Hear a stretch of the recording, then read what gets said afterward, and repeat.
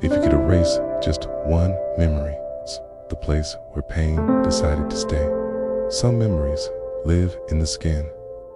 They don't need photographs, words, or dates. They return in silence, in the crack of midnight, in the scent of something you didn't even know you remembered, in the tone of voice that trembles when you try to speak about what happened. Some memories are scars, but others are still open wounds, and you pretend you don't feel them, but you do. Not every day, but on the wrong days. The days when you're too tired to protect yourself again. If you could erase just one memory right now, in this very moment, which one would it be? Do you know its name? The face, the words that were said, or the ones that never came? Do you hurt more because of the memory, or because of what it still makes you believe about yourself? Because some things are over, but still hold you. Some things no longer happen, but still command your body, your fears, your decisions, and you keep living with your soul locked in a dark room that only memory can enter. It's not that you want to go back, but sometimes you go back without meaning to. A trigger, a smell, a gesture.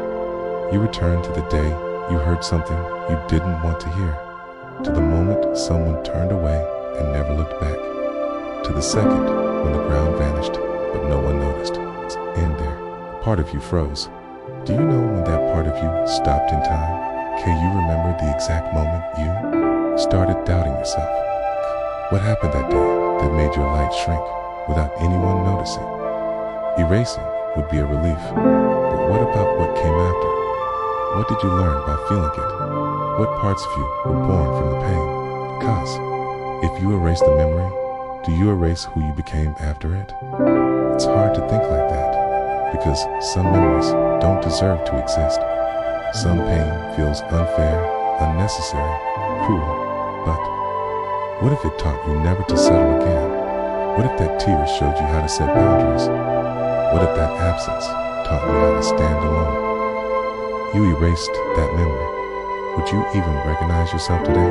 Would you feel proud of who you are without knowing where your strength came from? Or would you live with something missing without knowing what it is? Some say everything has a purpose, but honestly, not everything feels like it does. Some things just hurt, just break, just scar. But what you did with it, now that has purpose. Maybe you stayed silent for years. Maybe you tried to understand until you were exhausted. Maybe you blamed yourself for far too long, and now you just want peace. But peace doesn't come from pretending to forget. It comes when you look at the memory and it no longer devours you. What have you done to forget that only makes you remember more? How many times have you tried to bury that memory, but it keeps returning in another form? What is this pain trying to show you that you still resist accepting of? You ever noticed how some memories have a smell? How they live in your body? It's not just mental. It's physical. It's emotional. It's energetic. You feel it in your stomach, in the racing of your heart, in your insomnia, that deep, unexplainable fatigue, and it wears you down. It's pretending your past tires you, smiling for pictures, while your soul still wants answers, drains you. But what if you could go back to that moment with the awareness you have today, with the self-love you've built since, with the strength that grew from the pain? Would you do it differently? Would you say what you were too afraid to say? Would you leave before they pushed you away, but you can't go back? Okay. And that's what hurts the most. Time doesn't forgive, but consciousness does, and it gives you another chance. Not to erase, but to redefine. You are no longer the one who suffered. You are the one who survived. You are the one who's here now, breathing, deciding what to do with what remains. If you could speak to the version of you who lived that memory, what would you say? Would you apologize for abandoning yourself? Or thank yourself for holding on this long? The memory hurts, but running from it hurts more. Healing begins not when you try to forget, But when you finally allow yourself to understand that pain was also a passage, that the tears were purification, that the absence pushed you somewhere deeper, and you made it. You're here. You survived, even without knowing how. Have you ever thanked yourself for continuing, even when you didn't know how? Have you acknowledged that some of your greatest strength came from silent pain? Have you tried embracing the memory instead of fighting it? The memory might not disappear, but your relationship with it can change, and that changes everything. When a memory becomes a symbol, not a prison, it becomes a bridge to your truth, to your maturity, to your healing, and you can walk across it, not by erasing, not by denying, but by being present. But what if you felt it all again? What would you do differently this time? Some memories hurt so deeply that the only thing we crave is to forget them, to erase, to delete, to pretend they never existed. But what if the universe gave you another chance? Not to avoid the pain, but to feel everything again, this time with awareness, with maturity, with presence. Would you face the same scene? Okay, look into the same eyes. Say the words you once swallowed, or simply take a deep breath and walk away before bleeding again. If you could relive that memory right now with everything you've learned, what would you do differently? Would you choose yourself more? Protect your heart before offering it, or stop begging for love that never really arrived?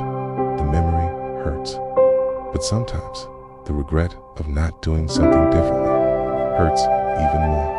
Have you ever wondered why certain moments keep coming back so vividly? It's as if time itself whispers, look again. But now, with different eyes, you're not the same person. You've grown, you've felt, you've learned, and maybe to relive is not to suffer again, but to see it clearly for the first time. Can you revisit the scene that still haunts you without running this time?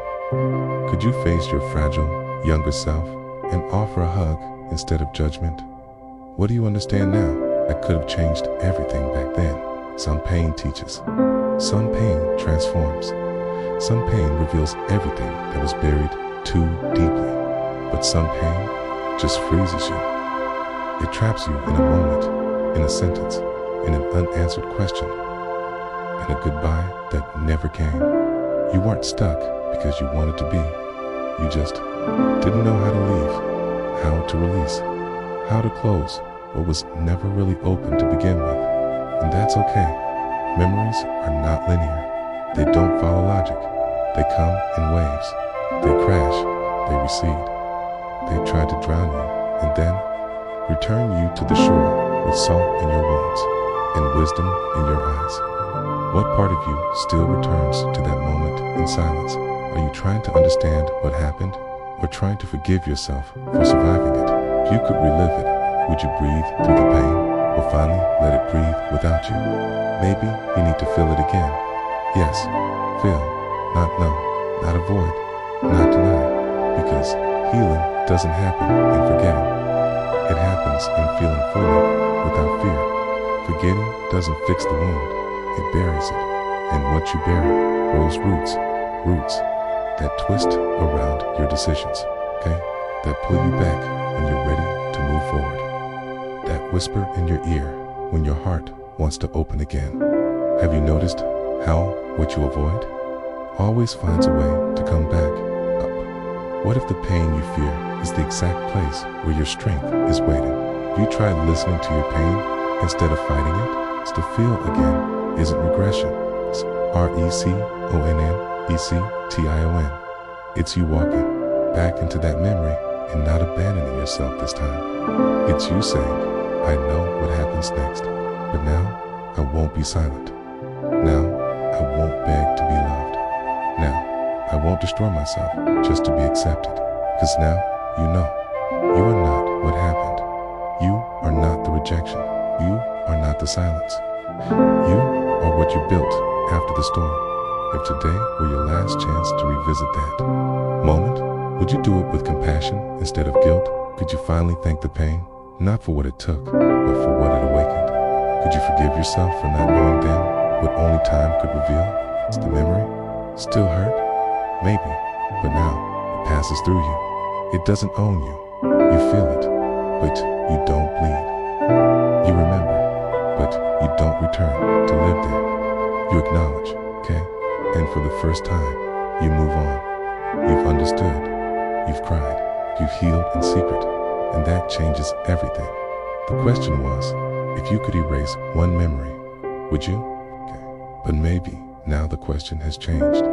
Now it's, if you could feel it all again, would you finally set yourself free? Because yes, the pain was real. But what you do with it now is power dot, and power begins in choice. Maybe you'll never forget, but you don't have to suffer anymore. Because now you hold a different story. A story where you didn't erase the memory, but you erased the fear of feeling it. And from here, everything begins again. If you could erase just one memory, would you do it? Would you choose to feel everything again, just to finally let go of what's still holding you? Leave your answer in the comments. A yes, a no, a word, a feeling. I read every single one, because this space is for that. For those who feel too deeply. For those who remember what they wish they could forget. And for those who are ready to finally turn pain into peace together.